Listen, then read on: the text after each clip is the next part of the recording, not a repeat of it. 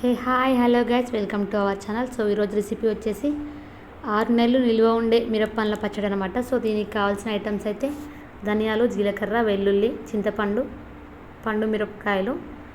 So దీనికైతే ఇలా చేయాలి చూడండి. కడాయిలో ముందుగా జీలకర్ర, ధనియాలు వేయించుకోవాలి. సో అవన్నీ మిక్స్లో వేసుకోవాలి. ధనియాలు, జీలకర్ర, అదేవిధంగా వెల్లుల్లి, చింతపండు, పండు మిరపకాయలు వేసుకొని అలాగే ఉప్పు వేసుకొని మిక్సీ పట్టేసుకోవాలి.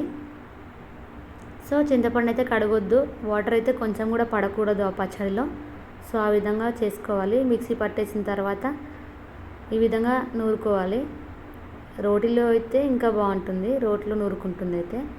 సో దీని అయితే ఒక పోపు పెట్టేస్తే పచ్చడి అయితే ఈజీగా రెడీ అయిపోతుంది. సో కడాయి పెట్టుకొని ఆయిల్ పోసుకొని ఆవాలు, జీలకర్ర, కొంచెం శనగపప్పు బ్రౌన్ అయిన తర్వాత వెల్లుల్లి, అదేవిధంగా ఎండుమిర్చి, కరివేపాకు, పసుపు వేసుకొని లైట్ బ్రౌన్ కలర్ వచ్చే తర్వాత మనం ముందుగా అదేవిధంగా పసుపు కూడా యాడ్ చేసుకోండి.